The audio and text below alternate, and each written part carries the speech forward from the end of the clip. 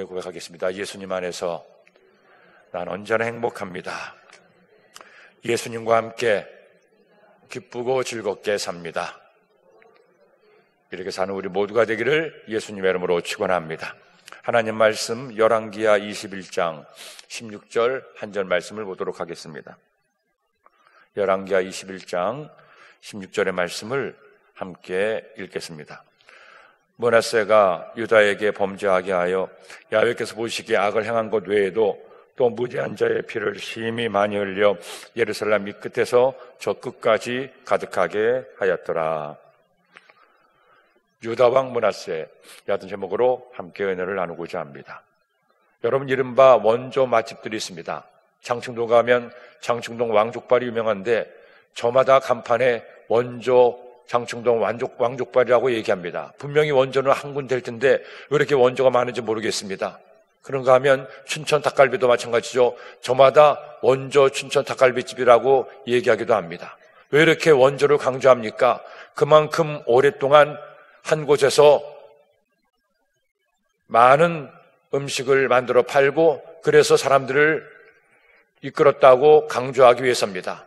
50년 됐다, 70년 됐다, 대를 이어서 3대째 이렇게 가게를 이뤄간다 얘기하고 있습니다. 그렇게 대대로 대를 이어서 가게를 이어가고 오랜 동안 원조 맛을 자랑하는 가게라고 자신들을 선전하는 것이겠죠. 사실 그렇게 어느 가게든 어떤 일이든 대를 이어서 한다는 것은 겪고 쉽지가 않습니다. 그만큼 자식이 볼 때 부모가 하는 일이 올바르고 또 잘 돼 보이고 그리고 인정을 할 때 대를 이어서 그 자식들이 그 일을 이어가지 않겠습니까? 그래서 사람들도 이렇게 대를 이어서 3대가 됐다, 4대째가 됐다, 그렇게 식당을 하든지 어떤 일을 할 때 그것을 인정해 주는 것이겠죠. 그런데 여호사밧과 히스기야 왕은 수많은 이스라엘의 왕들 가운데 대표적으로 하나님을 경외하고 하나님을 의지하고 하나님께서 기뻐하시는 왕들이었습니다. 하지만 이 두 왕들이 하나님 보시기에 합당한 삶을 살았고 하나님께서 기뻐하시는 우상 숭배를 다 멸하고 하나님만을 섬긴 것은 참 좋았지만 그들에게 한 가지 공통적 실수가 있었습니다. 바로 그들의 자식들에게 하나님을 경외하는 모습을 보여주지 못하고 그것을 대를 이어서 하나님을 섬기게 하지 못한 공통적 실수가 있습니다.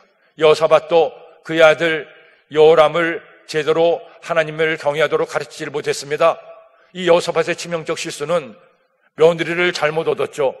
아합과 이세벨의 딸이었던 아달랴를 며느리로 얻는 바람에 이 아달랴로 인해서 그 아들 여호람 왕이 우상을 숭배하게 되고 여호사밧 사후에 그만 유다 왕국마저 바알과 아세라를 섬기고 온갖 우상을 섬기는 우상 숭배의 나라가 되고 말았습니다. 이것 때문에 여호람도 제대로 왕의 역할을 하지 못하고 그의 아들 아하시야도 제대로 왕의 역할을 하지 못한 채 죽어갑니다. 그리고 급기야는 아달랴가 자신이 스스로 여왕이 돼서 나라를 다스리고 온갖 우상 숭배를 유다 나라에 퍼지게 해서 결국 유다 왕국의 멸망의 원인을 제거한 것이 바로 이 아달랴이기도 합니다. 그런데 히스기야도 마찬가지였습니다. 히스기야말로 다윗을 닮은 다윗과 같이 하나님을 경외했던 왕이라고 얘기할 만큼 하나님을 사랑했고 심지어 어느 왕도 하지 못했던 산당마저 제거했습니다. 그런데 그런 히스기야가 아들 농사를 잘못 지었습니다. 오늘 말씀에 나오는 므낫세가 히스기야의 아들이었는데 이 므낫세는 그 어느 왕들 못지않게 하나님을 떠나고 우상을 숭배하고 아버지가 히스기야라는 것을 무색하게 할 만큼 하나님을 떠났던 그 같은 왕이었음을 알 수가 있습니다. 사실 우리가 예수님 믿으면서 항상 하나님께 기도해야 될 기도의 제목 가운데 하나가 다른 것이 아닙니다. 나만 하나님을 잘 믿고 잘 섬기는 것이 아니라 나의 자식이, 나의 손주가 대를 이어서 하나님을 경외하고 하나님을 의지하고 하나님의 뜻대로 사는 것이 굉장히 중요합니다. 그래서 많은 성도님들의 기도의 제목의 첫 번째가 자식을 위한 기도인 것을 저 역시 알고 또 성도님을 위해 기도할 때마다 자녀들을 위해서 자녀들이 잘 먹고 잘 살고 잘 되고 부자 되는 것, 이것보다도 영적인 가문을 이루어서 신앙의 대를 이어가는 그런 가정이 되도록, 그런 자녀가 되도록 위하여 기도를 하고 있습니다. 저희 어머님이 저희 가족들 가운데 처음으로 예수님을 믿으시고 저희 어머님을 통해서 친가와 외가가 다 예수님을 믿고 하나님을 경외하는 가문을 이루게 되었습니다. 그리고 제가 주의 종이 되고 또 저희 아이들도 하나님을 경외하니 하나님께 얼마나 감사한지 모릅니다. 그렇지 않고 하나님을 떠나고 세상에 취해 살면 얼마나 하나님 보시기에 부끄럽겠습니까? 이영호 목사님이 5대째 하나님을 경외하는 가정으로 그렇게 성장해서 하나님께 귀한 사명을 감당하고 있는데, 여러분, 이 새벽에 나와서 하나님께 기도할 때마다 사랑하는 내 자녀를 위해서, 내 손주들을 위해서 우리의 가문이 하나님을 경외하고 하나님을 섬기는 그와 같은 가문이 될 수 있도록 기도하시기 바랍니다.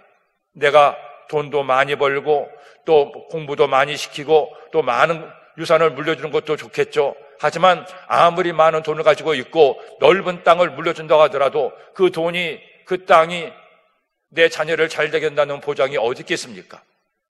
아니에요. 수십억의 현금을 물려준다고 해도 그 돈이 내 자식을 잘 되게 한다는 보장이 없습니다. 하지만 내 자녀가 하나님을 경외하고 하나님의 뜻대로 살아가는 귀한 믿음의 유산을 물려받아서 하나님을 의지하며 살아가면 하나님께서 그를 책임져 주시고 그의 삶 가운데 하나님의 축복과 은혜를 더하여 주실 줄로 믿습니다. 하지만 안타깝게도 히스기야는 그렇게 하나님을 경외하던 왕이었지만 그의 아들을 제대로 기르지를 못했습니다. 그래서 결국 이 므낫세 때에 다시 한번 우상을 숭배하고 하나님을 떠나고 얼마나 악을 행했는지 하나님은 그의 그 죄악을 통해서 유다 나라를 심판할 것임을 말씀하고 있습니다.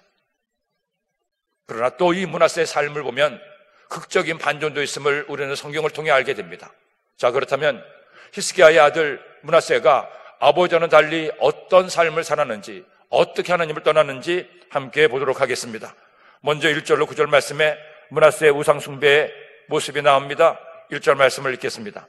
므낫세가 왕이 될 때에 나이가 12세라 예루살렘에서 55년간 다스리니라.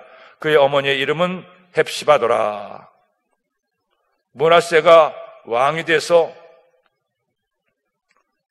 이제 나라를 다스릴 때 나이가 12살 때였습니다. 아직 어려서 왕이 되다 보니 주변의 신하들이, 주변 사람들이 그를 좋은 길로 인도했으면 좋았을 텐데 아버지 히스기야의 본을 따라서 하나님을 경외하는 길로 이끌지 않고 다시 우상을 숭배하는 길로 그렇게 이끌게 되었던 것이죠.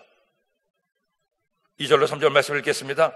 므낫세가 야훼 보시기에 악을 행하여 야훼께서 이스라엘 자손 앞에서 쫓아내신 이방 사람의 가증한 일을 따라서 그의 아버지 히스기야가 헐어버린 산당들을 다시 세우며 이스라엘의 왕 아합의 행위를 따라 바알을 위하여 제단을 쌓으며 아세라 목상을 만들며 하늘의 1월 성신을 경배하여 섬기며.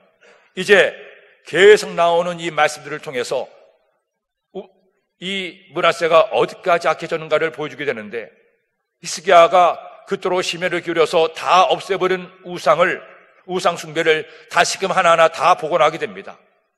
아예 한술 더 떠서 아버지가 없앤 것보다 더 많은 우상들을 만들고 해서는 안 될 짓들을 저지르게 됩니다. 그 첫 번째가 히스기야가 헐어버린 산당을 다시 세웠습니다. 오직 예루살렘 성전에서만 하나님을 예배해야 되는데 그들이 전통적으로 그들의 편의에 따라 곳곳에 세웠던 산당을 히스기야가 비로소 다 허물어서 없앴습니다. 하지만 또 백성들이 들고 일어나서 산당을 세워달라고 하자 거기에 굴복해서 산당을 세워서 성전 외에 다른 곳에서 하나님을 제사하도록 허락을 한 것이죠. 그런데 이것만으로 끝나지 않습니다. 두 번째로는 이스라엘 왕 아합의 행위를 따라서 바알을 위하여 제단을 쌓고 아세라 목상을 만들었다고 얘기합니다. 바알과 아세라의 우상 숭배가 다시 유다 나라에서 시작이 되었다는 겁니다. 세 번째는 바알과 아세라를 넘어서서 하늘의 1월 성신을 경배하며 섬겼습니다. 하늘의 1월 성신들을, 해를, 달을, 별들을 섬기는 우상 숭배가 유다 나라의 이 므낫세를 통해서 일어나게 됐다는 거죠. 이뿐이 아닙니다. 4절 5절 말씀, 야훼께서 전에 이르시기를 내가 내 이름을 예루살렘에 두리라 하신 야훼의 성전에 제단들을 쌓고 또 야훼의 성전 두 마당에 하늘의 1월 성신을 위하여 제단들을 쌓고. 야훼의 성전 안에 우상의 제단들을 쌓고 또 성전 마당에 하늘의 일월 성신을 섬기는 제단들을 쌓았다는 겁니다. 하나님의 성전, 거룩한 성전마저처럼 모독하고 있죠. 뿐만이 아닙니다. 6절과 10절 말씀을 읽겠습니다. 또 자기 아들을 불 가운데로 지나게 하며 점치며 사수를 행하며 신접한 자와 박수를 신임하여 야훼께서 보시기에 악을 많이 행하여 그 진노를 일으켰으며 또 자기가 만든 아르색인 아세라 목상을 성전에 세웠더라. 옛적에 야훼께서 이 성전에 대하여 다윗과 그의 아들 솔로몬에게 이르시기를 내가 이스라엘의 모든 지파 중에서 택한 이 성전과 예루살렘에 내 이름을 영원히 둘지라. 하나님의 진노를 불러일으키는 일들을 계속 범하고 있어요. 자기의 아들을 불 가운데 지나가게 한다는 것은 몰렉을 섬겼다는 것입니다. 몰렉에게 자신들의 아들을 바쳐서 불 가운데를 지나가게 하고 우상을 숭배하는 므낫세를 만나게 되죠. 뿐만이 아닙니다. 점치며 사수를 행하였다. 여러분, 하나님은 점치는 행위를 미워하십니다. 싫어하십니다. 심판하십니다. 하나님 외에 다른 것을 의지하고 다른 것에 자신의 운명을 맡기는 것을 싫어한다는 거죠.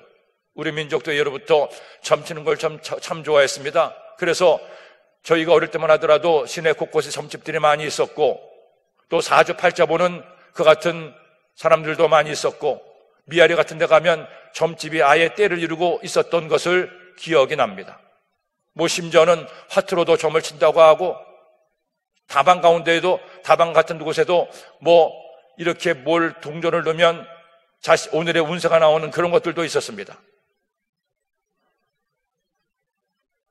워낙 우리나라도 옛날부터 먹고 살기 힘들고 어려워서 그런지 몰라도 이렇게 뭔가 점을 쳐서 자신의 기륭아벽을 따지는 그와 같은 일들이 계속 있어 왔는데 요즘은 또 젊은 세대들 사이에 서양 카드점이 유행을 끌고 있습니다. 이른바 타로점이라고 해서 기묘한 형상을 한 그와 같은 그림 있는 타로점으로 그 카드를 고르라고 해서 그 카드를 고르면 거기에 교묘하게 말장난으로 사람들의 마음을 건드리고 신기하다고 얘기하게 만들죠. 심지어는 방송 안에서도 그런 타로점으로 사람들을 미혹하는 모습을 보면서 야, 저건 아닌다는 생각이 들었습니다. 제가 본교에서 청년국장을 할 때 목사님, 청년들을 알기 위해서는, 요즘 시대 청년들을 알기 위해서는 홍대를 가보십시오. 홍대 가면 요즘 청년들이 뭘 좋아하는지 알 수가 있습니다. 그런 얘기를 듣고 홍대를 가봤더니 홍대는 3가지가 있더라고요. 술집과 점집과 옷집. 술집과 점집과 옷집. 그 점집이 바로 타로 점집이었습니다. 얼마나 많은지. 이것이 요즘 젊은이들이 좋아하는 대표적 3가지구나 하는 생각을 하게 됐어요. 여러분 가운데는 그런 분이 한 분도 없겠지만 그런 점 같은 거 믿지도 마시고 절대로 그런 것 따라가지 마세요. 장난삼아 재미삼아 아닙니다. 하나님께서 굉장히 싫어하시고 미워하시는 거예요. 심지어 율법의 말씀에 보면 이처럼 점치는 자들을 다 죽이라고까지 말씀하고 있습니다. 우리가 믿고 우리를 인도하실 분은 오직 야훼 하나님밖에 없음을 성경은 말씀하고 있는 거죠. 이런 점치는 일들이 사술이 신접한 자와 박수까지 다시 므낫세 시대에 일어나게 되었다는 겁니다. 심지어는 므낫세가 직접 아세라 목상을 만들어서 성전에 세웠습니다. 왕이 이럴 수가 있습니까? 하나님은 8절 9절 말씀에 이처럼 말씀하죠. 읽겠습니다. 만일 이스라엘이 나의 모든 명령과 나의 종 모세가 명령한 모든 율법을 지켜 행하면 내가 그들의 발로 다시는 그의 조상들에게 준 땅에서 떠나 유리하지 아니하게 하리라 하셨으나 이 백성이 듣지 아니하였고 므낫세의 깸을 받고 악을 행한 것이 야훼께서 이스라엘 자손 앞에서 멸하신 여러 민족보다 더 심하였더라. 이 므낫세의 가장 큰 죄악은 9절 말씀에 나오죠. 이 백성이 듣지 아니하였고 므낫세의 깸을 받고 악을 행한 것이, 자신만 우상을 숭배하고 자신만 점을 치고 자신만 하나님 앞에 범죄한 것이 아니라 백성들도 꿰어서 므낫세와 같은 길을 따르겠다는 겁니다. 리더가 그를 따르는 팔로워들을, 백성들을 바른 길로 인도하기는커녕 오히려 악한 길로, 우상을 숭배하는 길로, 하나님께 심판을 받는 길로 인도했으니 이게 될 법한 일이겠습니까? 결국 하나님께서는 이처럼 그들을 멸하시기로 작정하십니다. 10절로 18절 말씀에 하나님께서 재앙을 선포하시는 내용이 나오죠. 므낫세의 이 죄악들이 유다의 멸망을 가속화시키게 됩니다.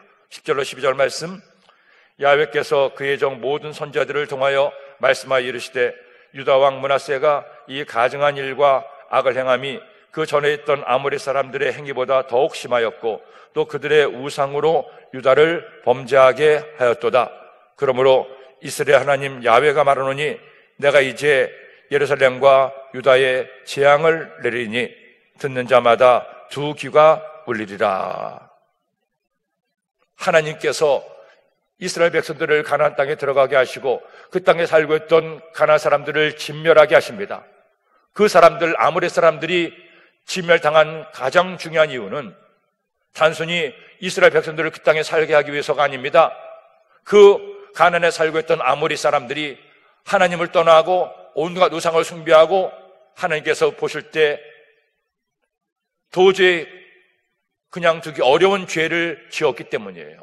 그래서 그들의 우상 숭배와 죄악 때문에 이스라엘 백성들을 도구로 사용하시고 그들을 진멸하게 하셨는데, 므낫세 시대에는 한술 더 떠서 그 아모리 사람들보다, 이스라엘 백성들이 진멸한 그들보다 더 우상을 숭배하고 더 악을 행했다는 것입니다. 결국 하나님은 이렇게 재앙을 선포하십니다. 13절로 15절 말씀, 내가 사마리아를 잰 줄과 아합의 집을 다림 보던 추를 예루살렘에 베풀고 또 사람이 그릇을 씻어 엎음같이 예루살렘을 씻어버릴지라. 내가 나의 기업에서 남은 자들을 버려 그들의 원수의 손에 넘긴즉 그들이 모든 원수에게 노략거리와 겁탈거리가 되니 이는 애굽에서 나온 그의 조상 때부터 오늘까지 내가 보기에 악을 행하여 나의 진노를 일으켰습니다 하셨더라. 하나님께서 그들을 원수의 손에 넘기고 원수에게 노략거리와 겁탈거리가 되게 하겠다. 모든 것을 다 빼앗고 나라를 멸망시키고 그들을 포로로 끌려갈 것임을 성경은 하나님께서는 이처럼 말씀하고 있습니다. 그리고 13절 말씀에 중요한 말씀이 나오죠. 내가 사마리아를 잰 줄과 아합의 집을 다림 보던 추를 예루살렘에 베풀고, 사마리아를 잰 줄과 아합의 집을 다림 보던 추, 즉 사마리아를 잰 줄, 아합의 집을 다림 보던 추라는 것은 아합의 그 죄악을 재어보았던 저울의 추를 얘기하고 있습니다. 즉 하나님께서 하나님의 심판의 저울에 므낫세와 유다 나라를 달아보셨다는 겁니다. 하나님의 공의 저울에 달아보니 이제 심판을 당할 수밖에 없을 만큼 죄가 가득 차서 그들을 심판하신다는 거죠. 여러분, 하나님은 사랑의 하나님이시지만 우리가 성경 말씀을 통해 본 것처럼 공의의 하나님이시기도 합니다.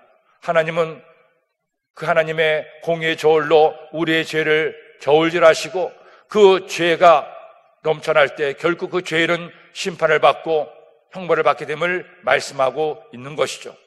예수님께서 십자가에서 못 박혀 죽으신 이유도 모든 인류의 죄가 심판을 받기에 충분하게 그 죄를 대신 지시고 예수님께서 십자가에 죽으신 겁니다.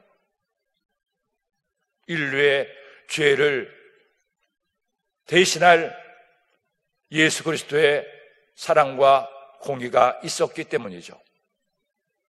다니엘서 5장 25절 말씀에 보면 바벨론 왕 벨사살 때에 벨사살이 연회를 베풀고 온갖 향락에 취했을 때 갑자기 손 하나가 나와서 그 연회장의 벽에 글을 씁니다. 그 글을 쓴 내용이 메네 메네 데겔 우바르신이에요. 메네는 세었다, 데겔은 달아보았다, 그리고 우바르신은 나눴단데, 즉 하나님께서 하나님의 심판과 공의의 저울에 달아보고 세어보니 그들의 죄악이 극에 달아서 심판의 때가 이르러서 그 나라를 나눌 것임을 보여주는 말씀이었습니다. 그리고 그날 밤에 메대와 파사, 메소포타미아와 페르시아 연합군이 그들을 쳐서 결국 바벨론 나라가 유다를 멸망시키고 하나님을 떠난 것에 그 심판의 때가 되어서 나라가 멸망당하고 그리고 나라가 둘로 나누게 되는 말씀이 나오게 됩니다. 하나님은 지금도 이 세상 모든 역사를 주관하시고 나라를 다스리십니다. 하나님의 공의와 심판의 저울은 엄정하게 있어서 지금도 우리 개인의 삶을 그리고 나라의 운명을, 인류의 역사를 달고 계시는 거예요. 아무리 악이 성하고 악이 잘 되는 것 같아도 하나님께서 하나님의 공의의 저울에 다셨다가 이제 심판의 때가 이르면 하나님의 공의의 채찍을 들어서 그들을 멸하시게 되는 겁니다. 히틀러와 나치 정권이 그렇게 승승장구하는 것 같았지만 결국 하나님의 심판의 저울에 달았을 때 그들은 멸망당할 수밖에 없었습니다. 북한의 저 김정은 정권이 별 수단을 다 쓰고 아무리 해도 하나님의 심판의 저울이 북한 정권도 달고 있지 않겠습니까? 하나님의 때가 되면, 하나님의 심판의 때가 되면 여지없이 무너질 수밖에 없는 것이 바로 어떤 나라도 어떤 정권도 하나님 앞에 드러날 수밖에 없는 모습인 것을 우리는 기억해야 됩니다. 우리 개인도 마찬가지입니다. 우리가 왜 예수님을 믿어야 됩니까?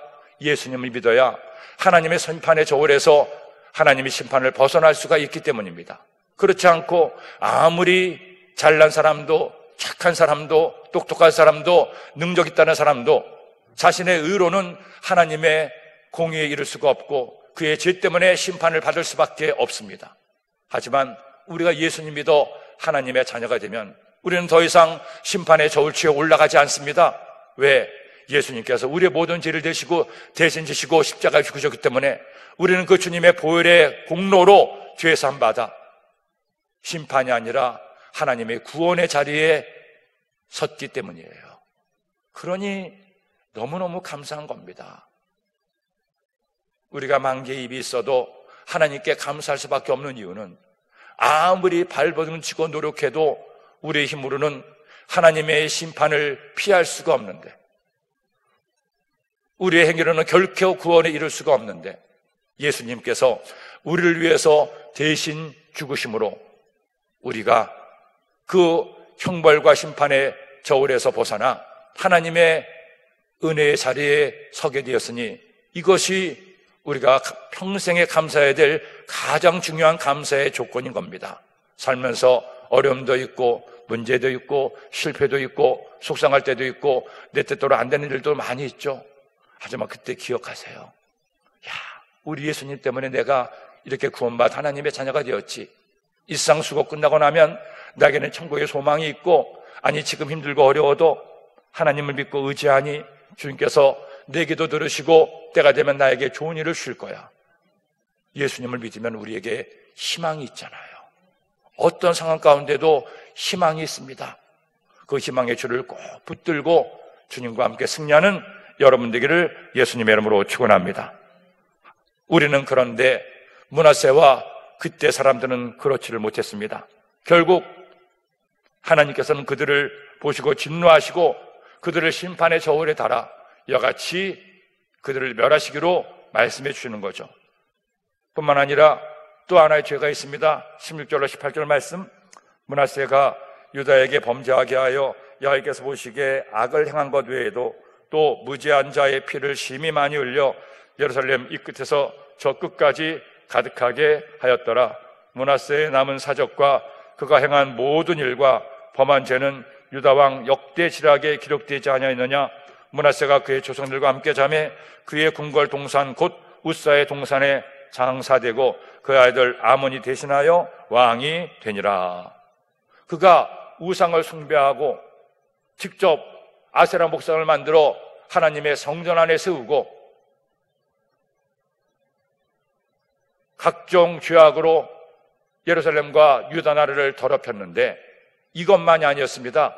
무죄한 자의 피를 심히 많이 흘려 수많은 사람들을 억울하게 죽임을 당하게 하고 그들의 피를 흘리게 했다는 것입니다. 이것이 하나님 보시기에 악했다는 거예요. 나라를 다스리는 왕이 백성들을 보호하고 지켜줘도 모자랄 판에 오히려 백성들이 이렇게 해치니 하나님께서 가만두겠습니까? 전설에 따르면 바로 이 므낫세 왕이 선지자 이사야를 톱으로 켜서 죽였다고 얘기하기도 합니다. 아버지 히스기야가 그토록 따랐고 유다 나라를 지켰던 이사야를 톱으로 켜서 죽였다 하는 전설도 이스라엘에 내려오고 있습니다. 이렇게 무지한 자의 피를 흘렸고 그 죄악이 하나님 보시기에 가득했다는 겁니다. 결국 그는 하나님께 징계를 받고 그의 사후에도 아들 아몬도 하나님을 떠나 우상을 숭배하게 되는데, 그런데 여기 므낫세의 반전이 있습니다. 열왕기서의 말씀에는 이렇게 므낫세의 삶이 마무리되지만 여기 말씀이 나오는 것처럼 유다 왕 역대지략에 행한 모든 일과 범한 죄가 기록되지 아니었느냐 하는데, 역대기 하의 말씀에 보면 이 므낫세의 말년의 삶이 나오게 됩니다. 극적인 반전이 있습니다. 이처럼 하나님을 떠나고 우상을 숭배했던 므낫세가 결국 하나님께서 그를 심판하셔서 그가 아수르의 군대에 이끌려 바벨론의 포로로 끌려가게 됩니다. 쇠사슬에 묶인 채로 포로로 끌려갑니다. 역대하 33장 10절로 13절 말씀 함께 읽도록 하겠습니다. 야훼께서 므낫세와 그의 백성에게 이르셨으나 그들이 듣지 아니하므로 야훼께서 아수르 왕의 군대 지휘관들이 와서 치게 하심에 그들이 므낫세를 사로잡고 쇠사슬로 결박하여 바벨론으로 끌고 간지라. 그가 환난을 당하여 그의 하나님 야훼께 간구하고 그의 조상들이 하나님 앞에 크게 겸손하여 기도하였으므로 하나님이 그의 기도를 받으시며 그의 간구를 들으시사 그가 예루살렘에 돌아와서 다시 왕위에 앉게 하심에 므낫세가 그제서야 야훼께서 하나님이신 줄을 알았더라. 하나님께서 므낫세가 이처럼 하나님을 떠나고 우상을 숭배하고 죄를 범하자 아수르의 군대들을 보내서 그를 치고 포로로 끌려가게 했습니다. 그런데 포로로 끌려가서 고난을 당하자 므낫세가 비로소 그의 죄를 깨달은 겁니다. 그래서 하나님께 눈물로 회개하며 기도합니다. 하나님, 제가 잘못했습니다. 용서하여 주옵소서. 그러자 하나님께서 그의 기도를 들으시고 그를 다시금 고향 땅 예루살렘으로 오게 하는 거죠. 이렇게 한 번 하나님께 매를 맞자 정신이 바짝 나는 므낫세가 어떤 일을 하게 됩니까? 14절로 17절 함께 읽도록 하겠습니다. 그 후에 다윗성 밖 기온 서쪽 골짜기 안에 외성을 쌓되 어문 어기까지 이르러 오벨을 둘러 매우 높이 쌓고 또 유다 모든 견고한 성읍에 군대 지휘관을 두며 이방신들과 야훼의 전에 우상을 제거하며 야훼의 전을 건축한 사내와 예루살렘에 쌓은 모든 제단들을 다 성 밖에 던지고 야훼의 제단을 보수하고 화목제와 감사제를 그 제단 위에 드리고 유다를 명령하여 이스라엘 하나님 야훼를 섬기라 하며 백성이 그의 하나님 야훼께만 제사를 드렸으나 아직도 산당에서 제사를 드렸더라. 포로에서 돌아온 므낫세가 비로소 회개하고 하나님만을 의지하게 됩니다. 그가 다시 성을 방비하고 성의 군사들을 세우고 군사력을 증강한 것은 이제까지 아수르에게 끌려왔고 아수르를 의지했던 것에서 벗어나 야훼 하나님만을 의지하고자 하는 결심이었음을 보여주는 예입니다. 그리고 자신이 전에 섬기고 만들었던 모든 우상을 다 제거하고 하나님을 경외하는 믿음으로 회개했다는 것이죠. 므낫세가 우시야 왕보다 3년을 더 왕으로 있었습니다. 우시야 왕은 물론 자신의 재임 기간만 52년이었고 이 므낫세는 아버지 히스기야와 10년간 함께 공동 집권을 했는데 그까지 포함해서 55년을 왕으로 나라를 다스렸습니다. 그렇게 되기까지 그의 이 처절한 회개가 있었음을 성경은 우리에게 보여주고 있어요. 그렇게 하나님 앞에 자신 섬겼던 우상을 다 제거하고 진정한 회개를 이루었을 때 하나님은 그에게 다시금 은혜를 부어주셔서 그의 왕위를 길게 하시고, 그 아들 아몬이 또 우상을 숭배하자 바로 아몬은 암살을 당하고 아몬의 아들이었던 요시야가 유다 나라의 마지막 선한 왕으로 그렇게 역사를 이어가게 하십니다. 우리가 예수님 믿으면서 이 므낫세의 악한 행위를 본받지 말되 이 므낫세의 철저한 회개는 우리가 꼭 기억을 해야 됩니다. 하나님께서 그럼에도 불구하고 므낫세를 긍휼히 여기신 것은 그가 하나님 앞에 철저한 회개를 드렸기 때문입니다. 우리가 언제나 하나님 보시기에 의롭게 살고 바르게 살고 하나님 기뻐하시는 삶을 살면 참 좋겠죠. 그렇게 하나님께서 기뻐하시는 생각을 하고 말을 하고 행동하면 참 좋겠지만 그런 사람은 한 사람도 없잖아요. 완전한 사람이 어디 있습니까? 그런 우리가 어떻게 하나님께 바라설 수 있고 하나님 은혜를 얻을 수 있습니까? 회개해야 됩니다. 내가 죄를 지었으면, 내가 죄 지었음을 깨달았으면 하나님께 철저하게 회개해야 됩니다. 입술로만 회개하는 것이 아니라 므낫세처럼 전심으로 하나님께 회개하면 하나님은 그 회개를 들으시고 은혜와 응답을 더하여 주십니다. 우리가 잘 아는 어거스틴이 어릴 때부터 어머니 모니카의 기도를 듣고 자라왔지만 젊은 시절 신앙을 떠나고 거짓 종교에 심취하고 세상 철학에 빠져서 쾌락주의에 빠져서 온갖 죄를 다 짓고 그렇게 살았습니다. 그러나 어머니 모니카가 아들을 위해서 평생을 눈물로 기도했을 때 그가 그의 나이 33살 때 하나님의 말씀을 통해서 하나님의 음성을 듣고 깨닫고 회심하게 되죠. 그 이후로 그는 철저하게 회개하며 그의 삶을 새롭게 합니다. 그가 그의 말년에 쓴 참회록 어거스틴의 고백록은 우리 모든 그리스도인들이 꼭 봐야 될 필독서예요. 얼마나 철저하게 하나님 앞에 자신의 죄를 고백하고 회개했는지. 오늘날까지 1600년이 넘도록 많은 사람들의 필독서가 되고 사람들을 감동시킨 이유가 그의 처절한 회개에 있습니다. 사랑하는 여러분, 우리가 주님 믿으며 살아갈 동안에 언제나 하나님 보시기에 기뻐하시는 삶을 살면 좋겠지만 그렇지 못할 때 우리가 회개할 것을 회개하고 새로워질 것을 새롭게 함으로 하나님 은혜를 얻는 여러분 되기를 예수님의 이름으로 축원합니다. 그리고 이어서 19절 26절 말씀에 유다왕 아몬의 기사가 나오게 됩니다. 19절 22절 말씀 읽겠습니다. 아몬이 왕이 될 때 나이가 22세라 예루살렘에서 2년간 다스리니라. 그의 어머니의 이름은 무술레메시요 요빠 하루스의 딸이더라. 아몬이 그의 아버지 므낫세 행함같이 야해 보시기에 악을 행하되 그의 아버지가 행한 모든 길로 행하여 그의 아버지가 섬기던 우상을 섬겨 그것들에게 경배하고 그의 조상들의 하나님 야훼를 버리고 그 길로 행하지 아니하더니. 안타깝게도 회개한 아버지 므낫세가 아니라 우상을 숭배했던 아버지 므낫세를 그대로 이어받아서 아몬도 하나님을 떠나게 되자 결국 그는 죽음을 당하게 됩니다. 23절 말씀, 그의 신복들이 그에게 반역하여 왕을 궁중에서 죽이매. 24절 26절, 그 국민이 아몬 왕을 반역한 사람들을 다 죽이고 그의 아들 요시야를 대신하게 하여 왕을 삼았더라. 아몬 행한 바 남은 사정은 유다 왕 역대지락에 기록되지 아니었느냐. 아몬이 우사의 동산 자기 묘실에 장사되고 그의 아들 요시야가 대신하여 왕이 되니라.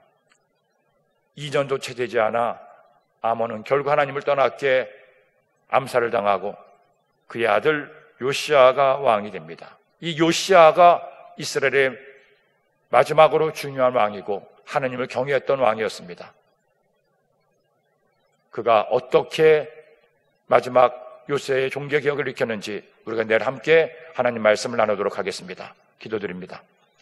하나님 아버지 감사합니다. 오늘도 주의 말씀을 주셨으니 이 말씀 마음에 꼭 새겨서 므낫세와 같이 하나님을 떠난 자가 아니라 히스기야와 같이 하나님을 섬기며 경외하게 하시고 므낫세처럼 회개할 것을 회개하고 철저하게 돌이킴으로 하나님 은혜를 구하는 저희 모두가 되도록 인도하여 주옵소서. 오늘도 귀한 예물을 드리는 손길을 드리십니다. 예물을 남긴 마음에 손 응답하여 주시고 하나님의 축복이 저희들의 삶에 충만하게 하여 주옵소서. 예수님의 이름으로 기도드립니다. 아멘.